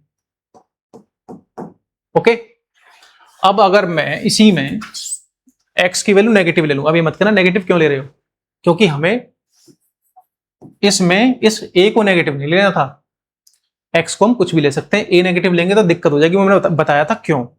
अगर मैंने x की वैल्यू कोई भी नेगेटिव ले ली, मान लो मैं a की पावर क्या करता हूं, माइनस इनफाइनाइट की तरफ जाता हूं, यहां जा रहा हूं मैं माइनस इनफाइनाइट की तरफ बढ़ता हुआ, तो इसे हम लिख सकते हैं 1/a to the power infinite, और a to the power infinite infinite की तरफ टेंड करेगा, तो इसका मतलब 0 की तरफ टेंड करेगा। फिर 1/इनफाइनाइट की वैल्यू 0, जैसे जैसे हम माइनस इनफाइनाइट की तरफ बढ़ेंगे x की वैल्यू, तो y की वैल्यू 0 की तरफ बढ़ेगी। इसका मतलब ये हुआ कि ये पॉइंट हमारा इस तरह से यूं बढ़ता हुआ जाएगा, 0 की तरफ बढ़ता हुआ। 0 कहां? y की वैल्यू यहां पर, y की वैल्यू 0 इस तरफ, इसी पर पूरी लाइन पर 0 है, तो इस तरह से मिलेगा तो है नहीं, ये पूरा ग्राफ यहाँ इसकी तरफ बढ़ता हुआ चला जाएगा। तो इसका मतलब ये हुआ कि जो आपका ग्राफ है वो कुछ इस तरह से मिलेगा, a to the power x का where a is greater than 1। ये कंडीशन आपकी a 1 से बड़ा होना चाहिए। अगर इसे आप रेंज देखोगे, अब रेंज देखना आपको, रेंज का क्या हुआ, हम x की वैल्यूज कहां से पुट कर रहे हैं, नेगेटिव से लेकर पॉजिटिव तक, तो आपकी डोमेन तो आपका रियल नंबर हो गया। देखो डोमेन आपका रियल नंबर हो गया। और अगर हम y की वैल्यू देखें, y की वैल्यू यहां से शुरू होती है, नेगेटिव डायरेक्शन में कोई भी ग्राफ नहीं जा रहा, नेगेटिव डायरेक्शन में कोई ग्राफ नहीं y की, तो इसका मतलब 0 से ऊपर ही है ये ग्राफ, 0 से ऊपर, 0 पर भी नहीं है क्योंकि 0 पर टच नहीं कर रहा। तो इसका मतलब ये होगा कि 0 से तो इसकी वैल्यू स्टार्ट होगी, लेकिन वो 0 इंक्लूड नहीं होगा क्योंकि कहीं भी यहाँ कट नहीं कर रहा, और जा कहां रहा है, y की वैल्यू इनफाइनाइट इधर है तो इनफाइनाइट की तरफ जा रहा है, तो इसका मतलब 0 से इनफाइनाइट जाएगा, तो इसकी रेंज 0 टू इनफाइनाइट हो जाएगी, रेंज इसकी 0 से इनफाइनाइट हो गई। तो ये कंडीशन जब थी, जब केस पहला था a जो है ग्रेटर देन 1 है। अब अगर सेकंड केस की मैं बात करूं कि a की वैल्यू 1 से छोटी और 0 से बड़ी होगी, लेकिन a हमने 1 के इक्वल तो लिया ही नहीं था। ठीक है, a की वैल्यू 1 के इक्वल नहीं होगी, हमने अभी प्रूफ किया था पीछे क्यों। अब जैसे ही ये वाली बात आती है 0 से 1 के बीच की a की वैल्यू, तो वो कुछ भी एक फ्रैक्शनल पार्ट होगा, 0.4 होगा, 0.5 होगा, क्योंकि 1 से तो छोटा ही है। सारे के सारे डेसिमल नंबर आते हैं 0 से 1 के बीच में, यहाँ पर सारे डेसिमल नंबर है, ये पॉइंट से स्टार्ट होंगे। इसका मतलब वो कैसे होंगे, 1/2 होगा, 1/3 होगा, 1/7 होगा, 1/8 होगा, 1/1000 होगा, कुछ भी हो सकता है। ये सब एक से छोटे नंबर है। अब अगर a की वैल्यू इस तरह से हो जाती है तो इसका मतलब ये हुआ कि a टू दी पावर जो x था, अगर हम x की पॉजिटिव डायरेक्शन में वैल्यू पुट करें इसे इस तरफ, तो इसका मतलब ये हुआ 1/2 ले लो। सपोज फॉर एग्जांपल 1/2 लिया मैंने, एक एग्जांपल 1/5 ले लेता हूं। अगर मैं x की पॉजिटिव वैल्यूज पुट करूं, यहां से इस तरफ को पॉजिटिव वैल्यूज पुट करनी शुरू करूं और मैं इनफाइनाइट की तरफ जा रहा हूं, 1/2 पर क्या होगा, अगर उसकी x की वैल्यू 1 पुट करता हूं मैं, तो ये 1/2 आएगा। अगर मैं a की पावर x में, मतलब a मैंने 1/2 लिया था और मैं 2 पुट करता हूं, 2 रख दिया मैंने यहां पर, 1/2 की पावर 2 हो जाएगा, यानी कि 1/4 हो जाएगा, 1/4। ठीक है, इसकी वैल्यू क्या आई, 1/4। ये y और कम होता चला जाएगा इस तरफ, देखो 0.5 यहाँ होगा y, 1/4 यहाँ होगा, 1/10 यहाँ होगा, इस तरह से। तो ये ग्राफ क्या हो रहा है हमारा, जैसे जैसे हम बढ़ रहे हैं x की वैल्यू की तरफ, तो y जो है, अगर मैं a to the power x है तो y equals to 1/2 to the power infinite करूं, इनफाइनाइट की तरफ जाऊं। a मैंने 1/2 लिया, मैं इनफाइनाइट की तरफ जा रहा हूं x की वैल्यू, तो इसका मतलब ये होगा y equals to 1/2 to the power infinite. और 2 टू दी पावर इनफाइनाइट क्या होता है, वो इनफाइनाइट ही होता है, 1/इनफाइनाइट, और 1/इनफाइनाइट 0। तो इसका मतलब जैसे जैसे मैं x की पॉजिटिव डायरेक्शन में बढ़ रहा हूं इनफाइनाइट की तरफ को, तो y की वैल्यू 0 की तरफ टेंड कर रही है। मतलब क्या हुआ, मैं x की इनफाइनाइट की तरफ बढ़ रहा हूं तो y की वैल्यू 0 की तरफ जा रही है, 0 ऐसा होगा नीचे की तरफ। तो इसका मतलब ये ग्राफ कुछ इस तरह से आएगा, यहां तो इस तरह से आएगा पॉजिटिव डायरेक्शन में। अब अगर मैं नेगेटिव डायरेक्शन में पहुंच जाऊं, सपोज मैंने 1/2 ही लिया था और मैंने इसकी वैल्यू माइनस इनफाइनाइट की तरफ जाता हूं लेकर, तो ये क्या होगा, 1/2 to the power minus infinite. इसे मैं अगर ऊपर लेकर आऊं तो ये 2 टू दी पावर इनफाइनाइट हो जाएगा, और जो कि इनफाइनाइट की तरफ जाएगा। तो इससे मुझे ये बात समझ में आई कि अगर मैं x की नेगेटिव डायरेक्शन में जाता हूं तो वैल्यू इनफाइनाइट की तरफ जा रही है, y इनफाइनाइट की तरफ ऊपर की तरफ, y की वैल्यू इनफाइनाइट कहां है, ऊपर की तरफ। और मैं जैसे जैसे x की नेगेटिव वैल्यूज लेता हूं तो y इनफाइनाइट की तरफ जा रहा है। इसका मतलब ये हुआ कि नेगेटिव वैल्यूज जैसे जैसे बढ़ती चली जाएंगी तो आपका y की वैल्यू इनफाइनाइट की तरफ जाएगी, ऊपर की तरफ। तो ये ग्राफ आपका जब हो गया जब आपका a जो है 0 से और 1 के बीच में है। तो आप एक चीज देख पा रहे होंगे, ये ग्राफ दोनों, अगर ये वाला ग्राफ 0 से 1 के बीच में है,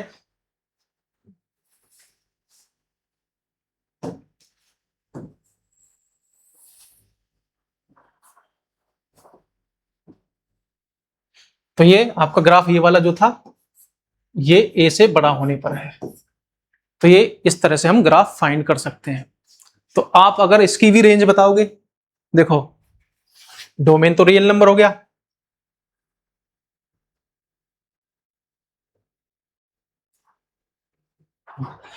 पहले वाले का हमने डोमेन और रेंज देख लिया, अब यहां डोमेन और रेंज देखोगे तो अब भी वही है।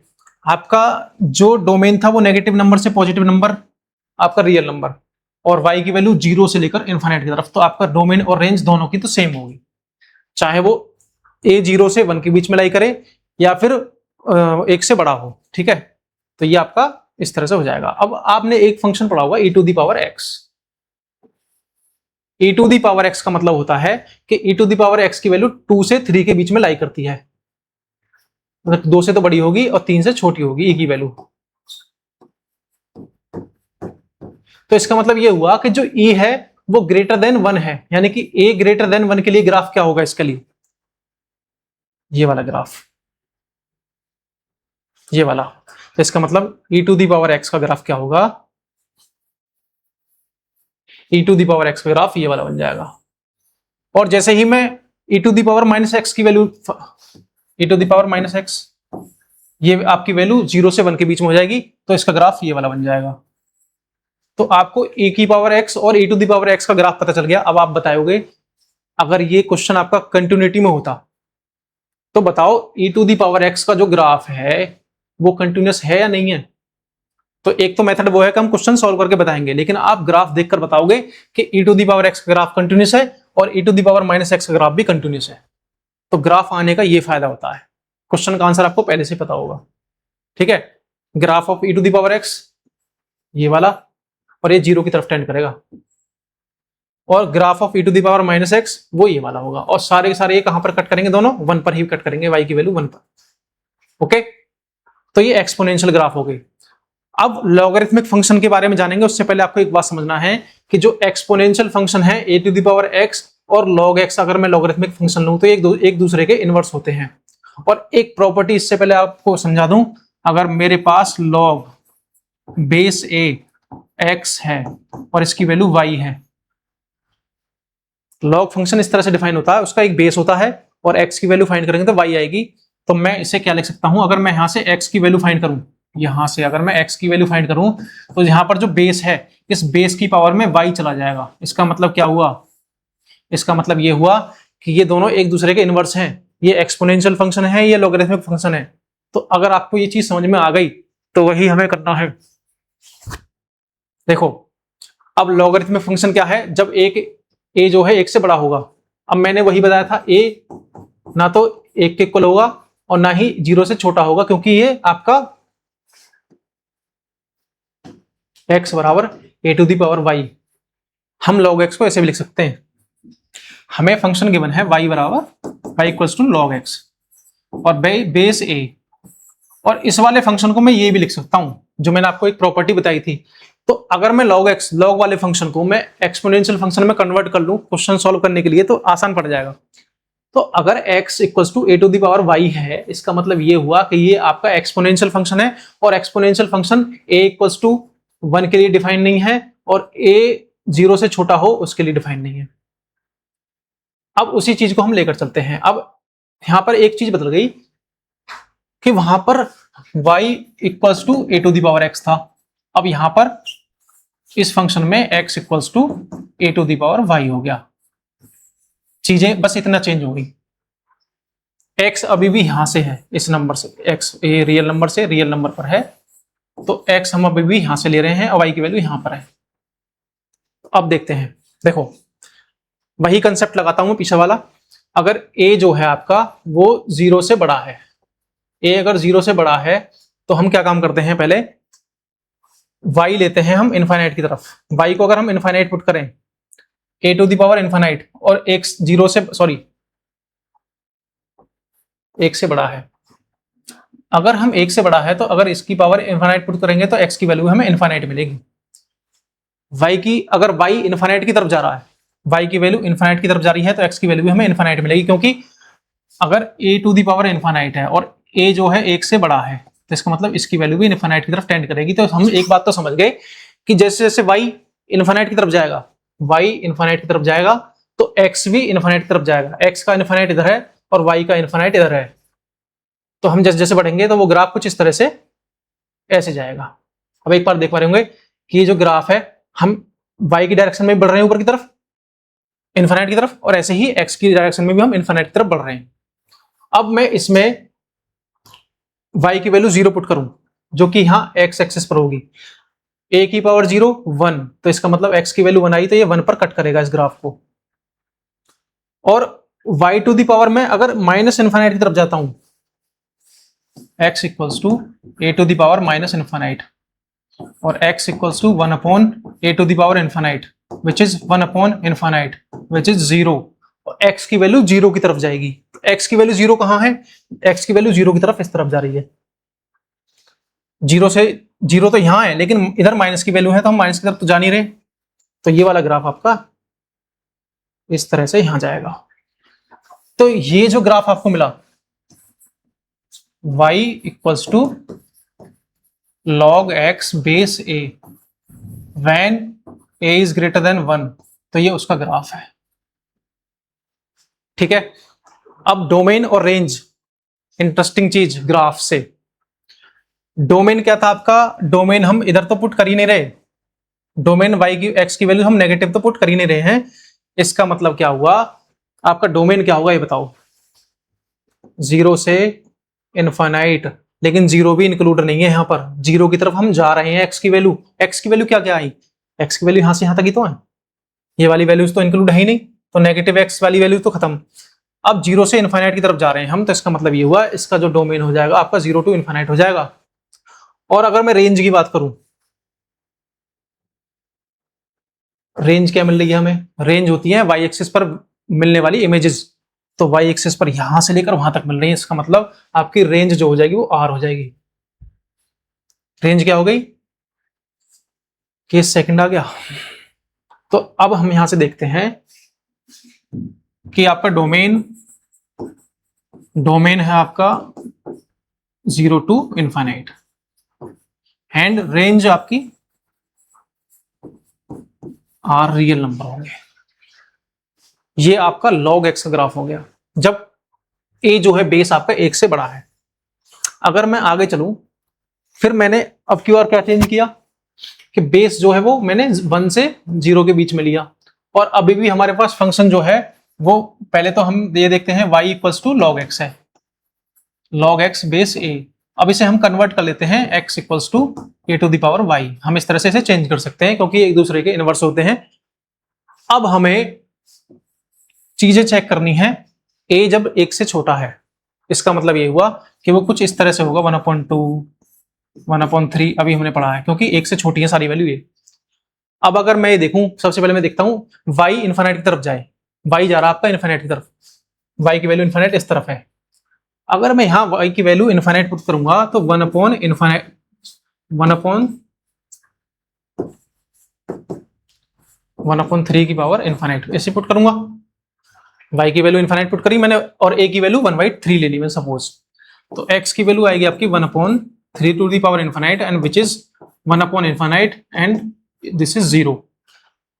सिंपल सी एक चीज पता चली मुझे कि जो अगर हम y को इन्फाइनाइट की तरफ ले जा रहे हैं, अगर हम ऊपर की तरफ बढ़ रहे हैं तो x की वैल्यू 0 की तरफ बढ़ रही है, इसका मतलब इस तरफ y इस तरफ बढ़ रहा है तो x इस तरफ बढ़ रहा है, इसका मतलब ये हुआ कुछ इस तरह से यहां से। और ये इस x एक्सिस को कहां कट करेगा? x एक्सिस पर y की वैल्यू क्या होती है? 0, और y की वैल्यू मैं अगर यहां 0 पुट करूं a to the power 0 which is 1, इसका मतलब ये इस x एक्सिस को यहां 1 पर कट करेगा, तो ये इस तरफ से तो ग्राफ यहां आएगा और 1 पे कट करेगा। फिर अब हम नेगेटिव y की डायरेक्शन में जाते हैं, नेगेटिव, और हम माइनस इन्फाइनाइट की तरफ जा रहे हैं तो हम माइनस इन्फाइनाइट ही लेते हैं। मैंने 1/3 ली थी, x की वैल्यू 1/3 और इसकी power minus infinite, x equals to 1/3 to the power minus infinite which is 3 to the power infinite. ऊपर पहुंच गए, नेगेटिव वैल्यू पॉजिटिव हो गई और इसकी वैल्यू इन्फाइनाइट आ गई। इसका मतलब ये हुआ जब हम y की नेगेटिव डायरेक्शन में जा रहे हैं तो x इन्फाइनाइट की तरफ जा रहा है, x इन्फाइनाइट की तरफ इस तरफ, तो हम y की नेगेटिव डायरेक्शन में बढ़ेंगे तो x की वैल्यू इधर जाएगी, इसका मतलब ये ग्राफ इस तरह से आ जाएगा। ठीक है, अब आपको एक चीज समझने को मिली कि अगर log x आगे है क्या ग्राफ? हाँ, पहले तो हम वही चीज देखते हैं यहां पर रेंज और डोमेन। डोमेन तो यही है भाई 0 से लेकर आपका इन्फाइनाइट। क्यों? क्योंकि x की वैल्यू यहां 0 है, 0 से आ गई है सारी सारी वैल्यू जो हमने पुट की हैं, नेगेटिव वैल्यूज के लिए डिफाइन नहीं है, इसका मतलब ये हुआ कि 0 to infinite.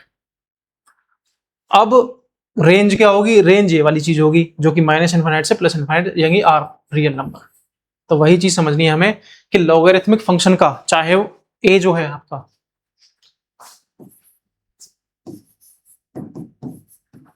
log x base a, चाहे a आपका ग्रेटर देन 1 हो, चाहे वो 0 से 1 के बीच में लाई करे, हमेशा इसकी रेंज 0 टू इन्फाइनाइट होगी in open interval and the range will be set of real numbers are.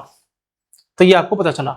और हमें एक चीज और पता चली, जो आपके ग्राफ है y equals to log x का बेस a, जब a जो है आपका 1 से बड़ा है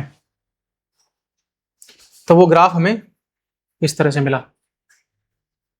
अगर दूसरा आपका y बराबर log x फंक्शन है, बेस a है और a जो है आपका वो 0 से 1 के बीच में लाई करता है, तो इसका ग्राफ क्या मिला था हमें? ये मिला था। तो ये log x के ग्राफ हो गए जब a की वैल्यू 0 से 1 के बीच में लाई करती है, तो ये वाला, और जब ए की वैल्यू 1 से बड़ी है तो ये वाला ग्राफ होगा। तो आप अब इस ग्राफ को देखकर बता सकते हैं कि log x का ग्राफ कौन सा होगा, किस कंडीशन में होगा। ऐसे ही e to the power x का क्या था, देखो e to the power x का, sorry a to the power x का, ये हो गया आपके log x के ग्राफ। अगर मैं एक्सपोनेंशियल फंक्शन की बात करूं y equals to A to the power x, और जब a जो है वो ग्रेटर देन 1 है, तो कौन सा ग्राफ था आपका, ये वाला। मैं सबको एक साथ क्यों ले रहा हूं, क्योंकि ये एक दूसरे के इनवर्स फंक्शन है। और अगर मेरे पास एक्सपोनेंशियल फंक्शन ये था ए टू द पावर x, और a जो है आपका 1 से छोटा और 0 के बीच लाई कर रहा था, तो अब आपका ग्राफ कौन सा था, ये वाला। आई होप, देखो मैंने इन दोनों ग्राफ्स पर, चाहे एक्सपोनेंशियल हो चाहे लॉगरिथमिक हो, इसमें बहुत टाइम लिया, लगभग मुझे 1 घंटा तो वीडियो बनाते हुए हो गया, और ये मैंने आधे घंटे के पहले शुरू कर दिया था बताना। आपको टाइम लिया है, लेकिन आपको समझना है क्यों, ठीक है। तो आपको इस ग्राफ के बारे में समझ में आया होगा। log x का ग्राफ, लॉगरिथमिक फंक्शन का ग्राफ और एक्सपोनेंशियल फंक्शन ग्राफ आपको समझ में आए होंगे। नेक्स्ट, ठीक है, मैंने आपको ये बताया था कि जो लॉगरिथमिक फंक्शन होता है और आपका एक्सपोनेंशियल फंक्शन होता है, दोनों एक दूसरे के इनवर्स होते हैं, और इनके ग्राफ जो होते हैं मिरर इमेज होते हैं इन ईच अदर। एक लाइन है आपकी y equals to line x, ये है y equals to x line, ये है। तो इसने ये कहा है कि एक्सपोनेंशियल फंक्शन जो होते हैं वो एक दूसरे के इनवर्स तो होते ही हैं, लेकिन वो y इक्वल्स टू जो x लाइन होती है, इसमें मिरर इमेजेस होती हैं इनकी, जैसे ये वाला ग्राफ आपका।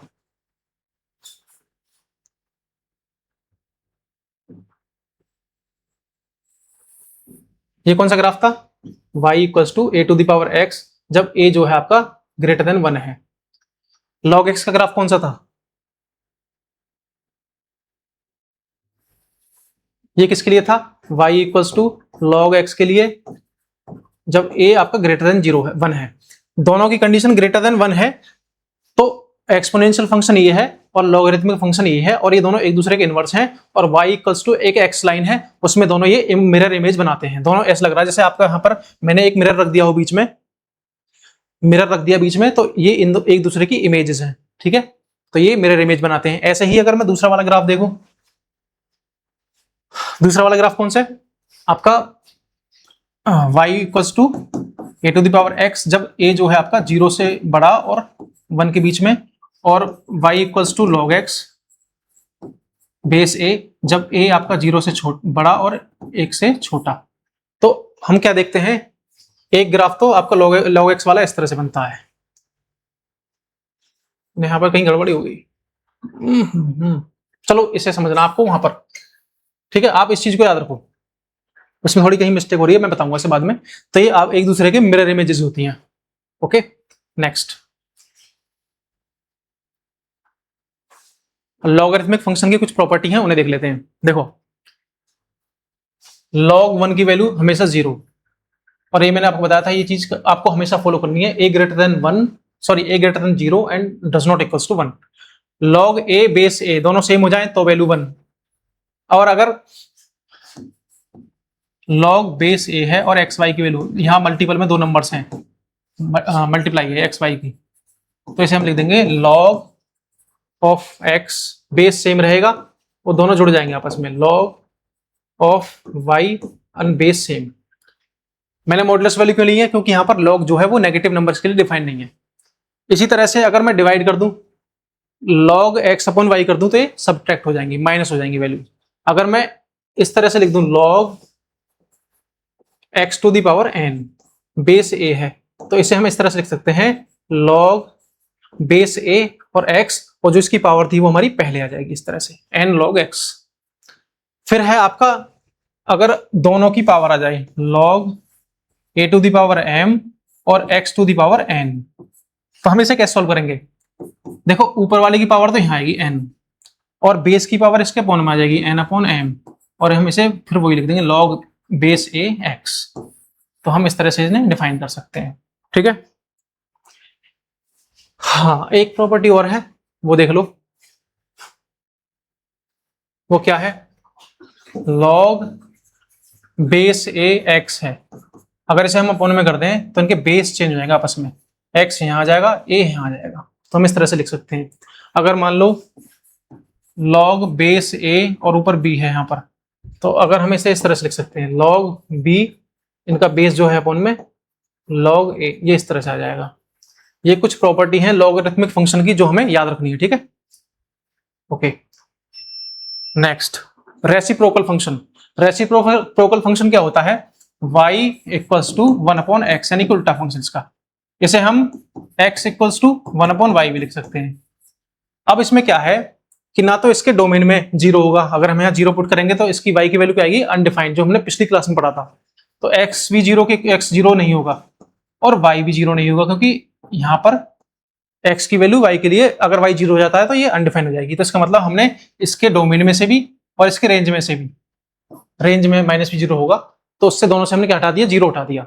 अब रेसिप्रोकल फंक्शन का ग्राफ क्या होगा? अब एक चीज देखो, सिंपल सी बात समझनी है आपको, x इक्वल्स टू 1/y।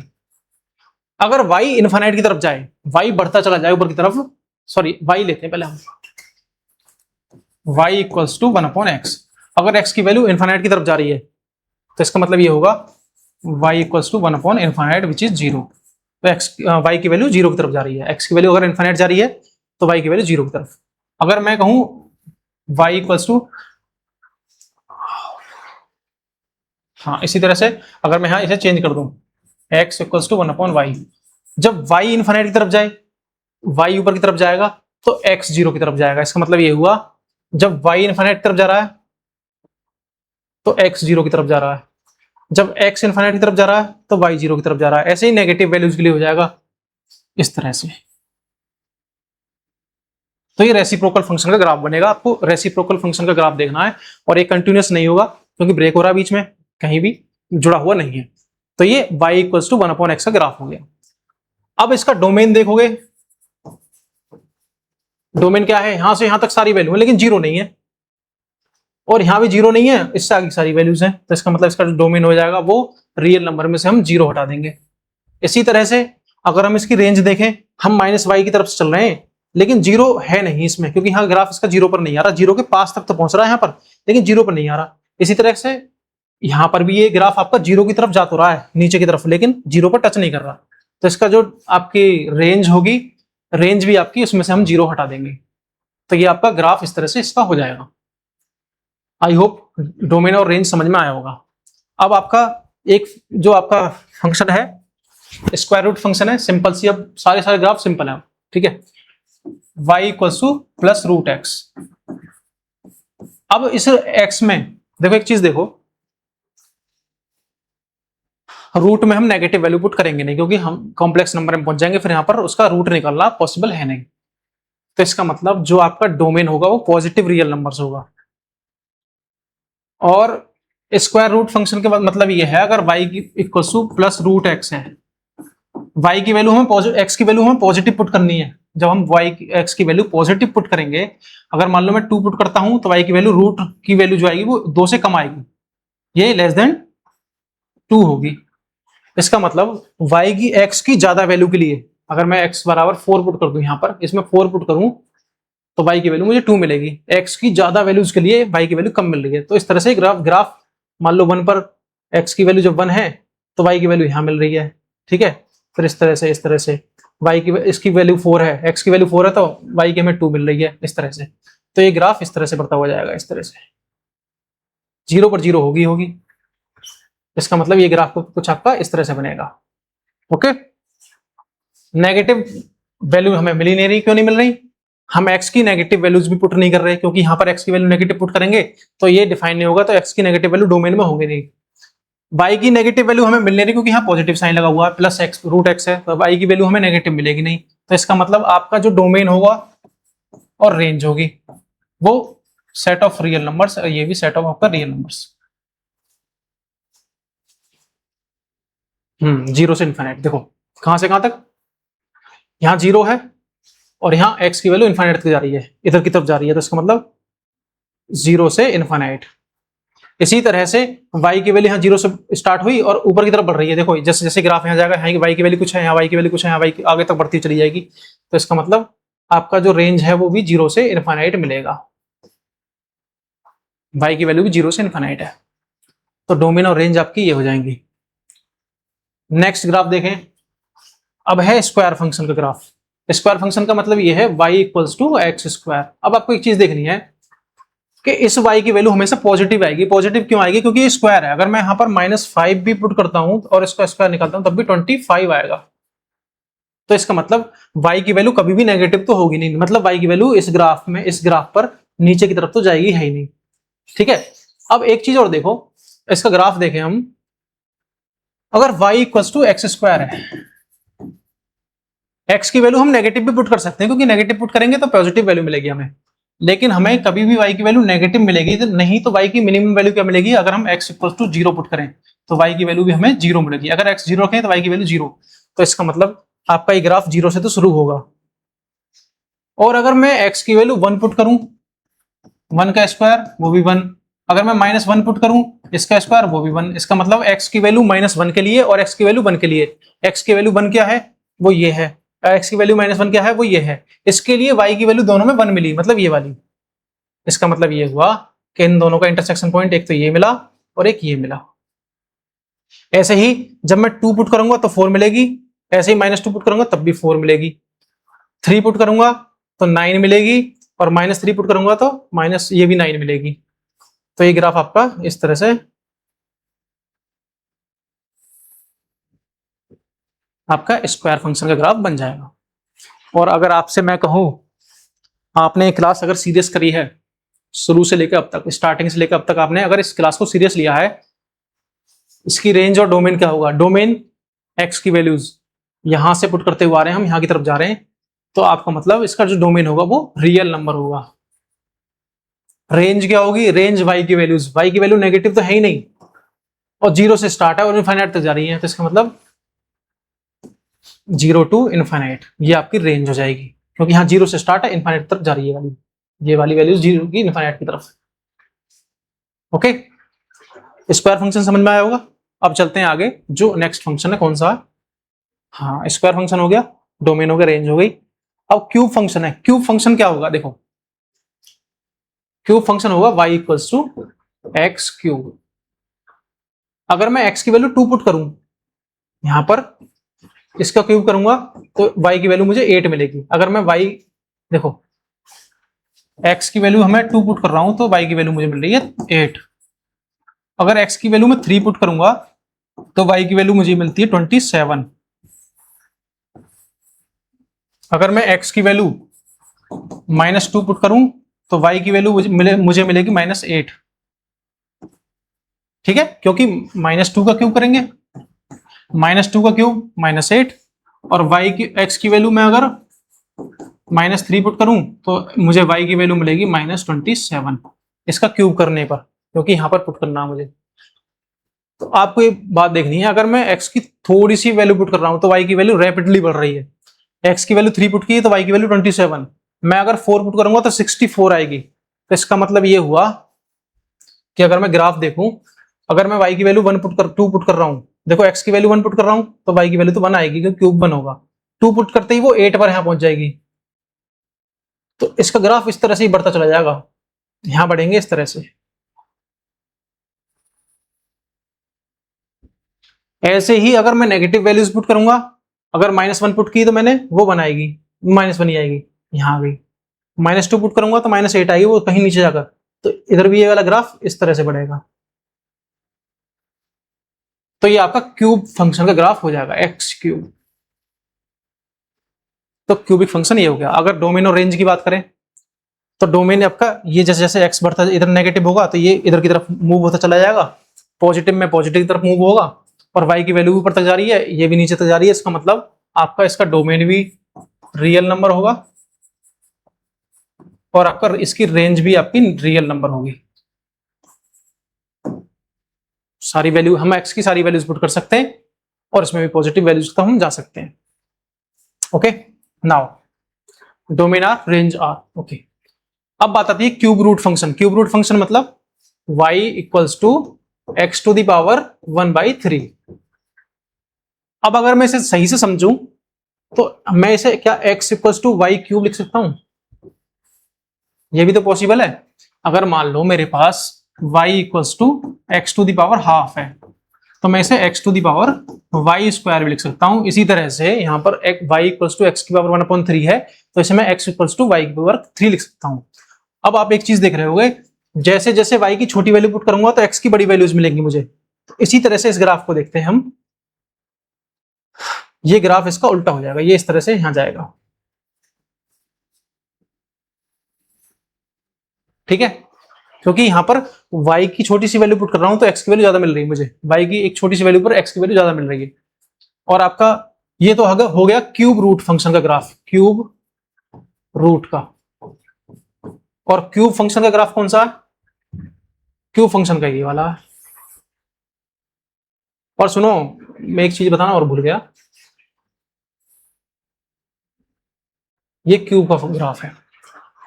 ये ग्राफ अगर आपको बनाने आ गए, ये क्लास आज की इतनी इंपॉर्टेंट क्यों है, इसकी जो इंपॉर्टेंस है वो समझो।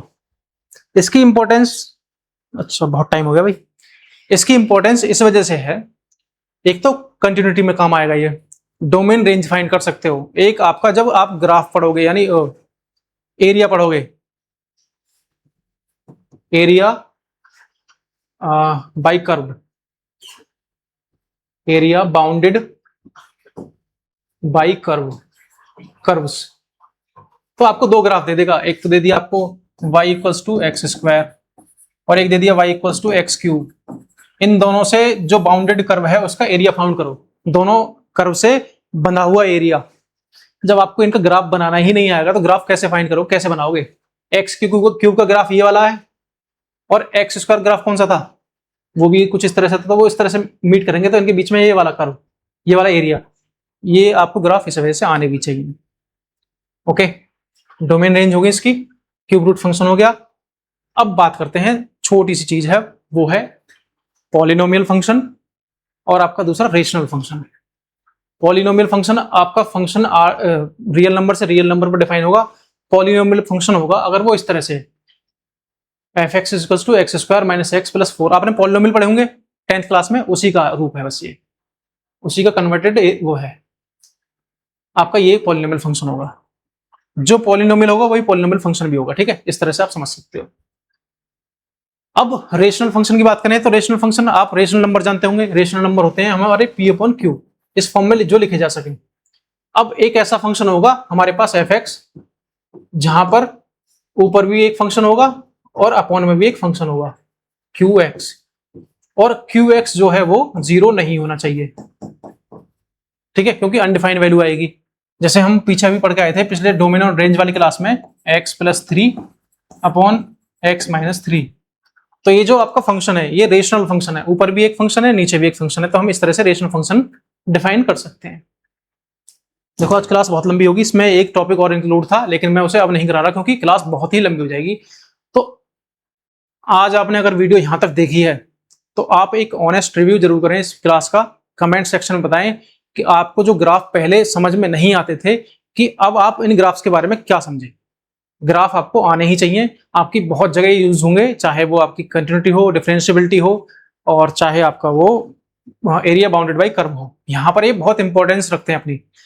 तो आई होप आपको आज की जो क्लास है जो ग्राफ से रिलेटेड थी, जितने भी फंक्शन थे, जो इंपॉर्टेंट फंक्शन थे, सारे के सारे हमने पढ़े, सबके डोमेन और रेंज फाइंड करने सीखे हमने, किससे? ग्राफ से।